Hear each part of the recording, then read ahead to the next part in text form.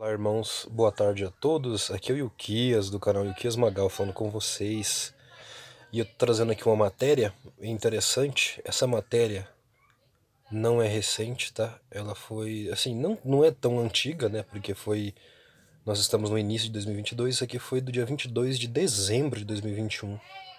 E eu quero trazer para vocês os efeitos de uma crise entre Rússia e Ucrânia. Tá bom? Desde já eu peço, se inscrevem no canal, compartilhem esse vídeo, curtam, comentem também, é muito importante para o engajamento do canal. E logo aí nós vamos estar alcançando muito mais pessoas em muitos lugares, né? Desculpa, apertei aqui, mas vou voltar. Então vamos lá, né? Vamos entender a crise. O conflito histórico entre os países se intensifica e pode afetar o preço do petróleo. E já tem, né? Já tem porque o mercado já tem respondido a esses aumentos e, e vai ser, sem dúvida, um problema muito grande. Eu já falei em vídeos passados para vocês, né, que hoje a Europa, tá? A Europa ela é dependente do gás natural russo. Você tem países como a Polônia, a Alemanha. Bom, você imagina que 40% da energia da Alemanha vem da Rússia, né? Países que até pouco tempo eles eram inimigos, a Europa era inimiga da Rússia, mas no mercado internacional, a Rússia ela fornece hoje o gás natural mais barato, o gás, o petróleo mais barato, então eles se tornaram muito dependentes da Rússia. E a Rússia sabe disso, né? E hoje no mundo, hoje no nosso mundo, não existe nenhum político tão bom estrategista como Vladimir Putin. Hoje ele é o melhor estrategista do mundo e não há outro igual a ele. Essa dependência do gás russo pela Europa traz um problema muito grande, porque os Estados Unidos, que é quem defende, né, e é o líder da OTAN, de todos esses países do Ocidente que tem uma aliança militar de proteção mútua e de cooperação militar mútua, né, eles têm um impasse muito grande. E por conta disso, os Estados Unidos e o Reino Unido são muito mais duros quando vão criticar a Rússia, mas a Europa não.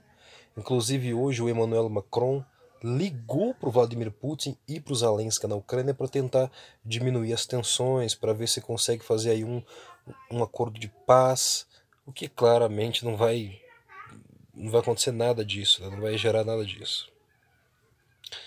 E pelo contrário, isso vai só irritar ainda mais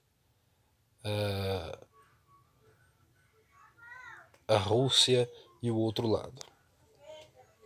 Ontem, inclusive, o Volodymyr Zelensky da Ucrânia fez um discurso muito interessante, porque em 94, quando foi assinado o acordo entre esses países, né? Olha aí, os laços entre Rússia, Belarus e Ucrânia existem desde a criação da União Soviética. Esses países sempre compuseram a chamada Aliança Eslava, onde as relações e as similaridades fizeram que se enxergassem como parte de um mesmo conceito étnico, histórico e político. É o mesmo povo, não é? No início dos anos 90, com o fim da União Soviética, algumas negociações foram pensadas como forma de interagir, de integrar Belarus e Ucrânia à Rússia. No entanto, o caos que reinava em cada um desses países por conta da transição democrática freou tais planos. A Ucrânia sempre se sentiu abandonada por Moscou durante os anos soviéticos, não é? Dois fatos importantes são alegados aqui como causadores desse sentimento: a péssima gestão durante o acidente de Chernobyl e a insignificante ajuda prestada após a Segunda Guerra Mundial, no auge da crise de fome que varreu o país, a Ucrânia.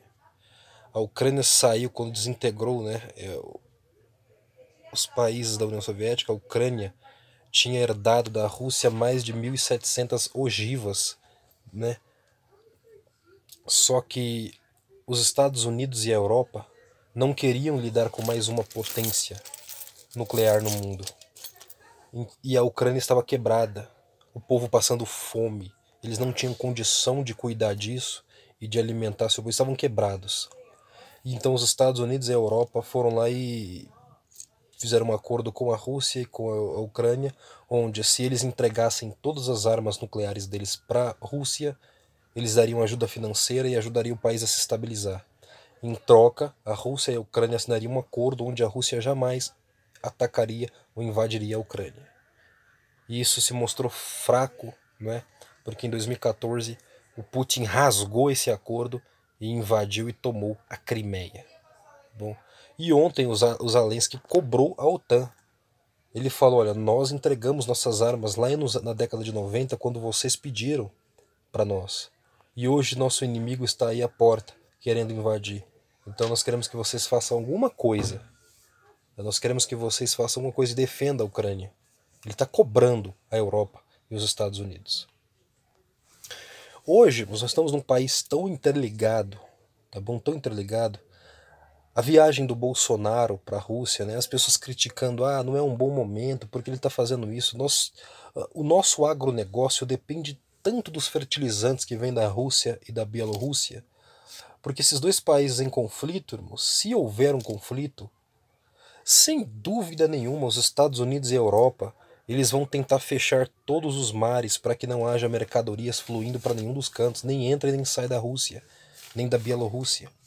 E a Rússia, quando tomou a Crimeia é uma península que dá saída para o Mar Negro. Se a Europa anexa a Ucrânia e começa a pôr armas e navios naquela região e toma a Crimeia, eles vão impedir a Rússia de ter saída para o mar. Imagina, é uma potência terrestre, mas sem saída para o mar você... O comércio marítimo ele é o mais barato, tá bom? Vender por mar é mais barato. Então se fechar a saída para o mar para a Rússia, acabou. Dificulta muito. Já para a economia russa, que já não é tão forte assim. Depende muito dessa exportação de gás, de petróleo, dos fertilizantes. E também, vamos lá que nós vamos chegar nos pontos aí muito importantes. Muitos países no mundo estão preocupados. A Alemanha, porque se a Alemanha é a economia mais forte da Europa. A cabeça da Europa é a Alemanha. A Alemanha é a economia mais poderosa da Europa, quem sustenta a Europa. Se a Alemanha opta por ficar do lado dos Estados Unidos e da Ucrânia e se voltar contra a Rússia fecha o gás, o Nord Stream 1 que já tem, que passa pela Ucrânia e abastece a Europa. Então nós vamos ver muitas da indústria alemã sofrer. Os preços dos combustíveis na Europa e no mundo vão aumentar drasticamente. Por quê? Porque o mercado, irmãos, entende o seguinte, é oferta e demanda.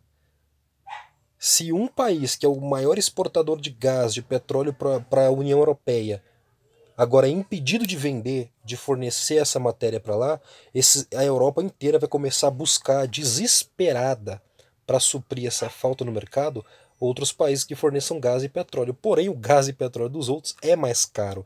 E na necessidade extrema e urgente deles, vai tornar ainda o gás e o petróleo ainda muito mais caro. E quem vai sentir isso? Nós todos. O Brasil vende petróleo. O bruto, mas vende. Automaticamente, quando nós formos comprar petróleo, porque o Brasil vai comprar petróleo de fora, no mercado onde vai estar tudo mais caro, você imagina o preço da gasolina, como é que vai ficar aqui dentro. E o Putin sabe disso, então a Alemanha não quer esse extremo. Nem a Alemanha, nem a Polônia, nem a França, não é? Então por isso que a Alemanha e a França têm esse comportamento mais pacifista, mais pacífico. Qual é o outro problema? A Rússia e a Ucrânia são os maiores, né? 1/4 de todo o trigo exportado no mundo vem de Rússia e Bielorrússia e da Ucrânia. Você imagina a crise de trigo no mercado? Faltando isso, quanto da alimentação, não é? E as pessoas não pensam, irmãos, o nosso agronegócio vai sofrer drasticamente, porque se parar de sair os fertilizantes, que 92% do potássio para o fertilizante do mundo vem da Bielorrússia e da Rússia, se isso for bloqueado, como o nosso agronegócio vai suprir isso? Nós vamos ter um déficit muito grande no nosso agronegócio, na nossa agronomia, no nosso plantio. E mais, imagina ainda outro ponto, se o petróleo e o gás subir às alturas, quanto vai ficar o petróleo e o álcool? Lembra que toda maquinaria, toda máquina usada na produção de bens, de serviços, as máquinas que é usada para arar a terra, para plantar, para colher, para irrigar, precisam do petróleo, do diesel, etc. Tudo no mercado já está caro, vai aumentar ainda mais, vai se tornar impossível para o pobre viver.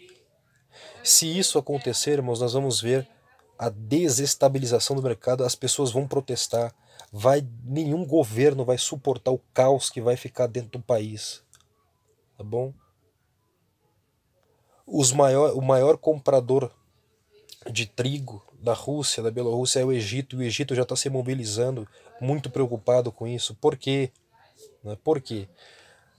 O Egito já está impede de começar um conflito com a Etiópia. A Etiópia está querendo construir uma hidrelétrica que vai fechar, vai bloquear a passagem do rio Nilo, e isso pode afetar drasticamente a agricultura egípcia e de parte de toda a África. Vai faltar coisa no mercado, é assombroso. Se iniciar um conflito entre essas duas nações, vocês não sabem o preço que o mundo vai pagar por isso. Né? Aí você imagina, não é? Começou um conflito Rússia e Ucrânia. Né, se concretizar e os Estados Unidos e a Europa de fato fizerem as sanções que prometeram aos bancos e às empresas russas, proibindo elas de acessar o mercado internacional, a China vai olhar para essa situação e vai se aproximar da Rússia. A Rússia vai vender o petróleo e o gás dela para a China completamente, tornar a China independente. Agora você imagina a China olhando para isso e vai falar: eu não posso fazer parte disso, eu tenho que sair fora disso aí também, porque esses caras agora vão começar a vir para cima de mim. E a Rússia e a China já fizeram um acordo, eles estão em aliança, os dois, junto também com o Irã. É que o Irã é pequeno, né? O Irã é menor, é mais fraco, mas estão juntos. E nessa questão, vendo os Estados Unidos e a Europa totalmente focados ali no conflito com a Rússia, então é óbvio, mas é muito claro que a China vai ver um sinal de fraqueza, vai ver o caos estourar na Europa, e eles vão atacar tentando tomar Taiwan, a ilha de Taiwan. O que tem na ilha de Taiwan? Taiwan, 92% dos semicondutores dos chips avançados é produzido em Taiwan. Os outros restantes é produzido, além de Taiwan, é Hong Kong, Singapura e Coreia do Sul, que são os quatro, né, os tigres asiáticos. Hong Kong já foi tomada. Se Taiwan for tomado, os Estados Unidos não vai permitir, porque já tem muitos navios e armamento americano lá. Então vai começar um conflito, e quem vai entrar em ação para impedir a China? A Aliança AUKUS, né? Que é Estados Unidos, Reino Unido e Austrália. Ao mesmo tempo, quem mais estará ajudando esses países? Tem a Aliança Quad, que é Estados Unidos, Japão, Austrália e Índia. Então nós vamos ver um conflito generalizado na região do Mar Meridional, do Mar do Sul da China. Qual é o problema? Ali o mercado marítimo, né? O comércio marítimo é ainda maior, porque por ali, para aquele Mar do Sul da China, passa simplesmente 1/3 de todo o comércio marítimo do mundo passa por ali. E você sabe que a China é o que produz tudo no mundo para nós, né?